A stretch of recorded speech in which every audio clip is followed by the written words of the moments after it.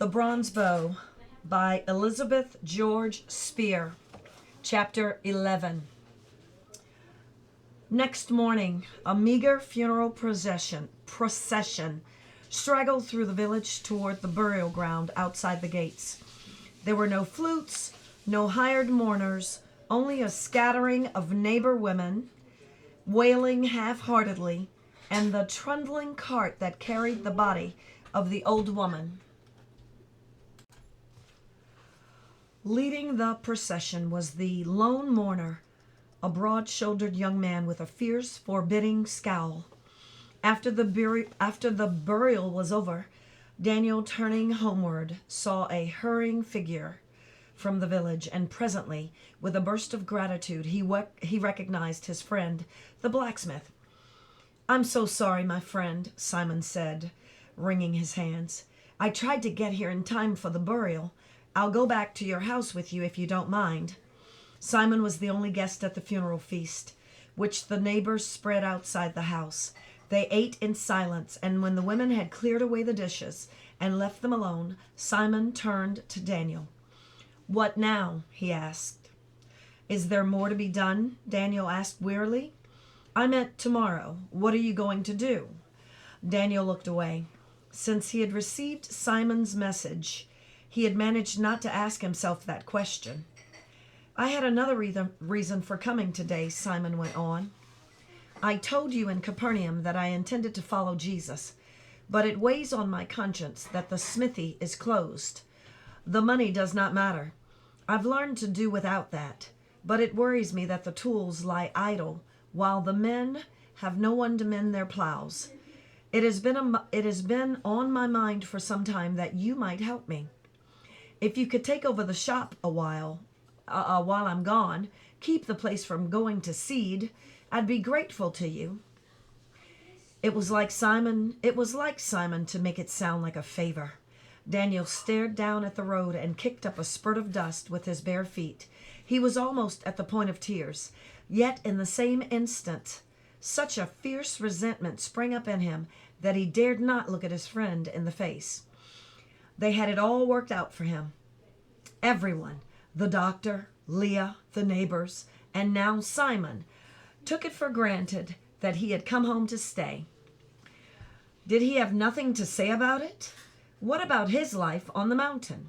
What about Rosh and Samson and the work that must be done in the cave? Wasn't that more important than a few farmers who wanted their wheels mended? Everything he loved, the wind on the mountaintop, the irresponsible life, the excitement of the raids, rose up and fought off the shackles that Simon held out to him in kindness. The battle did not last long. He was trapped. Simon knew he was trapped, though he longed to defy them all and fight for his freedom like a mountain wolf. The weakest one of them had defeated him. He could not leave Leah to sit in a house with a door barred. Simon, who had waited without speaking a word, was carefully looking off down the narrow street when Daniel finally raised his eyes. "Will you bring their business to me?" the boy asked miserably. "Will they bring their business to me?" the boy asked miserably. "That will depend on you," Simon smiled. "If I can find someone to care for Leah while I work." "I had thought of that too," Simon said. "My house is connected with the shop. No use having it empty. Why don't you both move in there and use my things? Better to have her where you can keep an eye on her yourself." Not a word about the crumbling mud or the sagging roof or the gaping door which Simon could see plainly from where he stood. Daniel's throat suddenly ached. "Thank you," he managed. "It is good. It is just good business," Simon said crisply. "I'm sure of your work. I know your reputation is in good hands." He went on in a practical tone, explaining some of the problems of the trade, the work that this or that man was likely to demand. "One more thing," he added. "From time to time, not often, one of the legionaries comes into the shop for something, a broken harness or clasp. They have their own forge at the garrison, of course, but sometimes a man needs a repair done quickly. Daniel bristled. I will never serve a pig of a Roman. Yes, said Simon levelly, you will serve him, and civilly too. There is something you will have to learn, my friend. An outlaw may think he is accountable to no one, but in a village every man holds his neighbor's safety in his hands. If a legionary is in a mood for trouble, any excuse will do. A single insult could cost half the lives in the town in the end. This is one thing I must ask of you. To Daniel, it seemed the final blow that struck his shackles into place. Simon laughed. It's not so bad as all that. After all, a horse deserves a comfortable bridle, whether he belongs to a Roman or not. Besides, a good zealot does not bring down suspicion on his roof. Daniel looked at his friend sharply. Did Simon mean, did you think you had to give up serving your country? All the patriots don't live on the mountain. There's zealots and blacksmith shops too. Do what you will. The place is yours now, so long as no harm comes to my neighbors. Can I count on you for that? You can count on that, the boy said, feeling a measure of hope and a great gratitude toward his friend. I'm going back to Capernaum tonight, Simon said. Perhaps you can find a neighbor to help you move your things. Before dark, Daniel climbed the mountain and explained to Rosh that he must stay in the village. Rosh heard him out in silence. Then he spoke. This witless sister is more important than your country's freedom? Daniel flooded. No, but I cannot leave her alone. They boast of charity in the synagogue, don't they? Let them care for her. Daniel remembered the untouched loaves of bread tossed through the window. She would starve, he said. I have said it before, Rosh said with scorn. You're soft. This time Daniel did not look away. He faced his chief levelly. I will prove you wrong, he said quietly. I will work for the cause in the village. You will see. I belong here on the mountain. I'll never forget that. But now I'm going back, and tomorrow I will move into the house of Simon the Zealot. Next morning he cleared out the little house. There was practically nothing worth taking. Surely there had been more than this in the days when he had lived with his grandmother. He remembered very clearly a blue glazed dish she had cherished, with a red woolen rug that had hung against the wall. Probably she had sold them for food. The decent and unusual things he could salvage from the whole house went into a very small pack. Since his grandmother had died, Leah had sat quietly, waiting, her hands folded. Like a small child, she did as she was told, ate what he brought her. Will grandmother be hungry? She asked once. No, Daniel answered. It is cold where she is. She will never be hungry or cold again, he promised her. Now he must explain to her gently, as he could that they must move. Simon's house is much nicer than this. It will keep out the rats and the rain and the cold in winter. You will have a mattress to sleep on like a rich girl. She listened with wide and fathomable blue eyes, and he thought she understood. But when the moment came to leave, he saw he was mistaken. As he opened the door, she shrank from the sunlight as though it were a sword. Outside on the roadway, a handful of neighbors had gathered to watch his departure. One glimpse of them sent Leah cowering against the wall. Nothing Daniel could say persuaded her to move a step. Daniel's impatience mounted. He was tempted to pick her up and carry her without any nonsense, but some instinct told him that if he laid a hand or finger on her by force, he might never win her back again. Finally, he went out to speak to the neighbors. It is no good, he told them. She can't abide being looked at. I could never get across the town. I will have to leave her here only while I'm working. Better tie her up, one man advised, keeping the width of the road between him and the house. Kin of mine has a daughter is possessed. They've kept her in a chain all her life. Daniel shook his head. He'd seen such people, poor raving creatures tied to trees like dogs. Before he put a rope on Leah, he would stay in this house till it crumbled to pieces around them. He went back into the house and slammed the door behind him, sending a shower of dust and clay across the floor.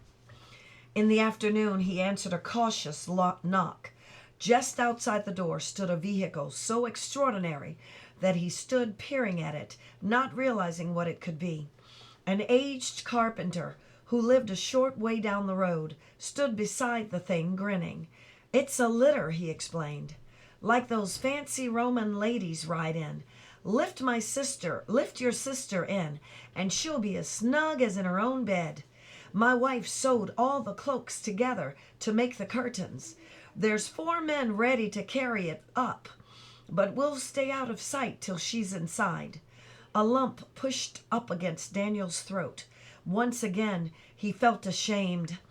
Why should they show such kindness to a stranger and an outcast? When every neighbor had tactfully vanished from the street, Daniel inveigled Leah into taking one look through the door. "That's the way queens travel," he told her. "The way the Queen of Sheba came to visit King Solomon. You will sit inside it, and we'll put the curtain tight around you. In no time at all, we'll be at our new house." She shook her head. He did not hurry her. He could see that her curiosity was piqued. From time to time, the blue eyes slanted toward the door. "No one can see me in there?" she asked fully. "No one can see me in there?" she asked finally. "Not so much as your little finger." "Do I have to go away from here, Daniel? I want you to be near me when I work. Wouldn't you like that, Leah?"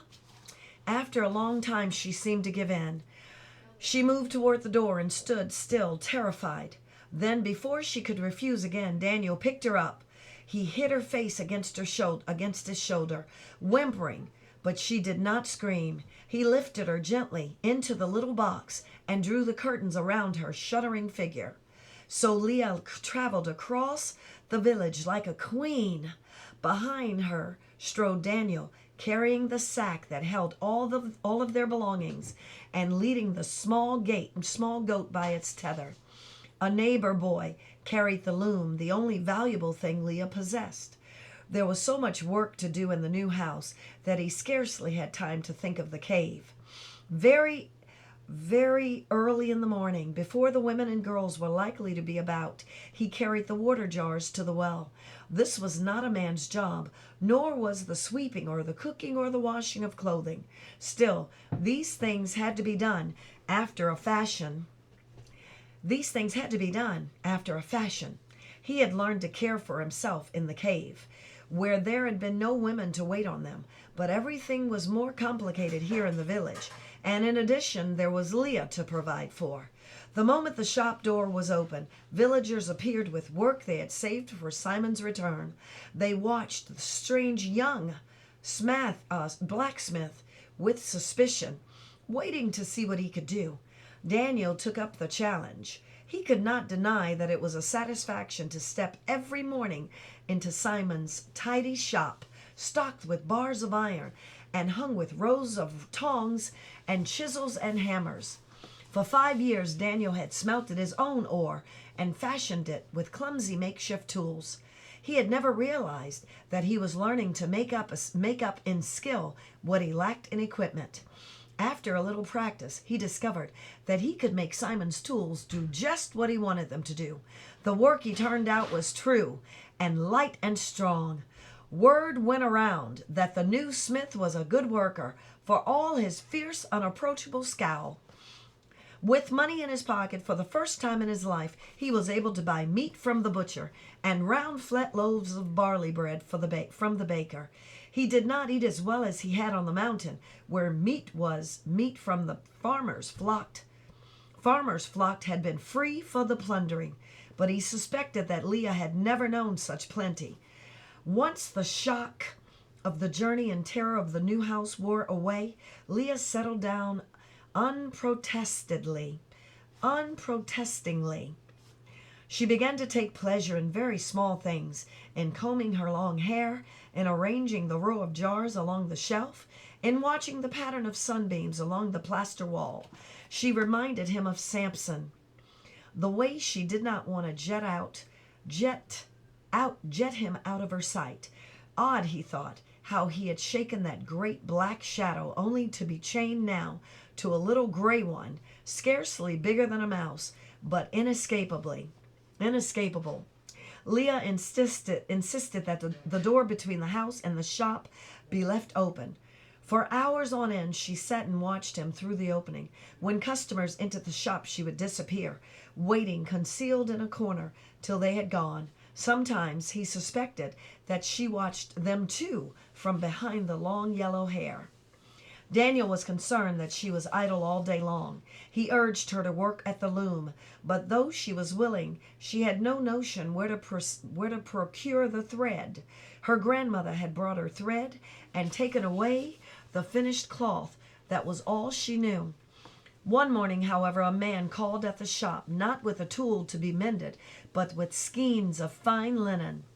He was the servant of a wealthy widow of Charazon, who, it appeared, had bought all the cloth that Leah had woven. Daniel had assumed that charitable people had bought Leah's work out of pity. He was astonished to see that this woman knew or cared nothing about his sister, and desired the cloth for its fine quality.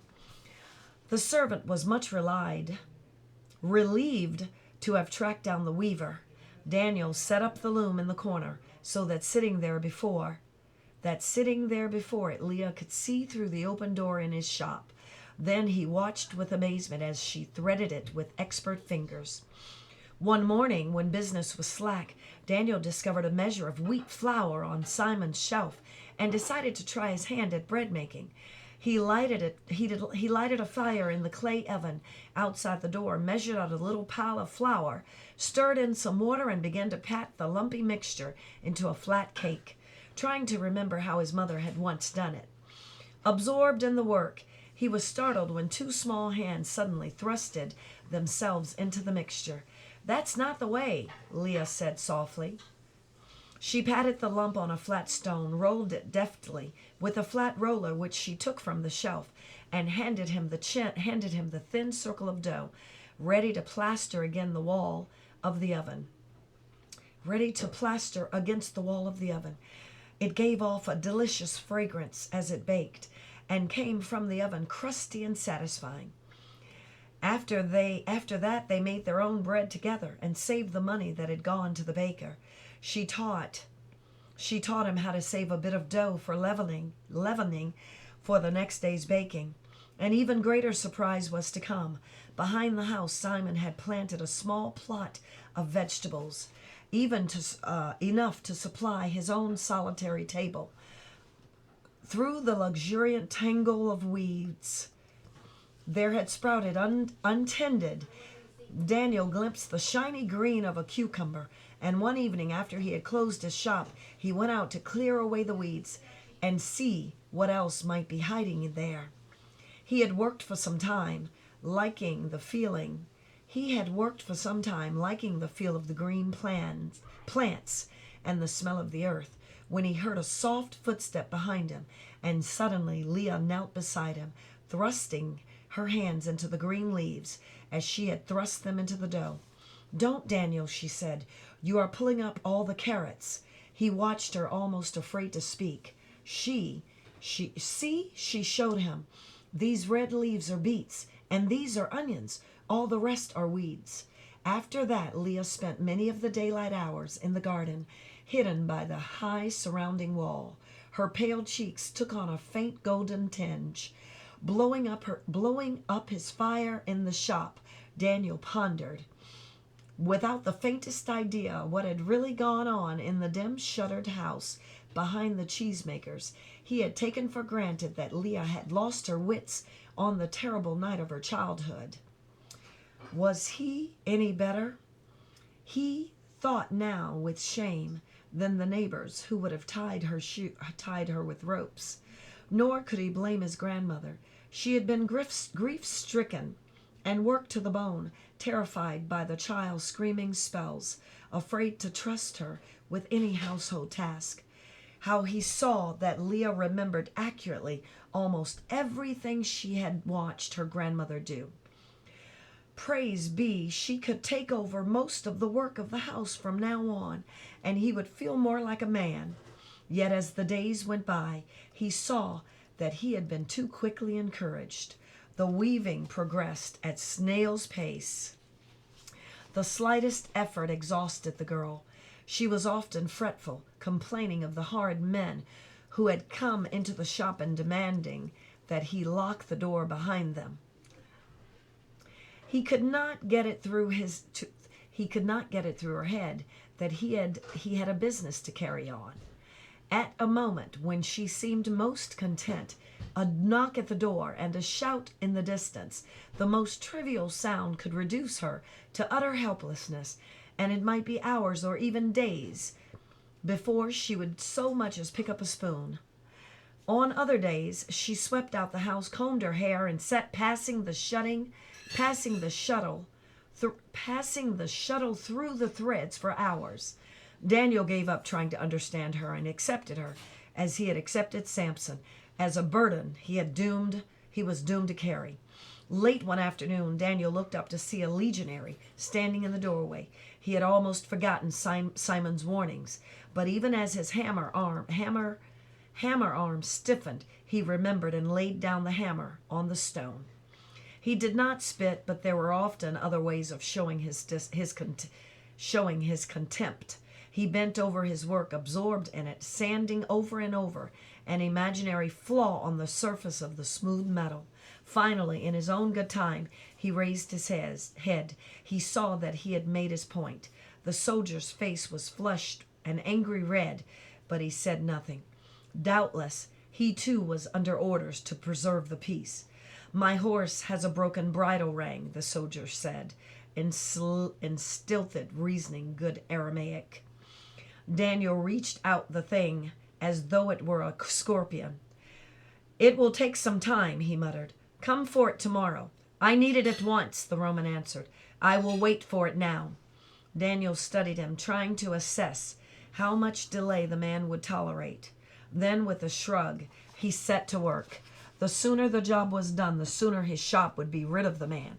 The soldier did not sit on the bench by the door as an ordinary customer did.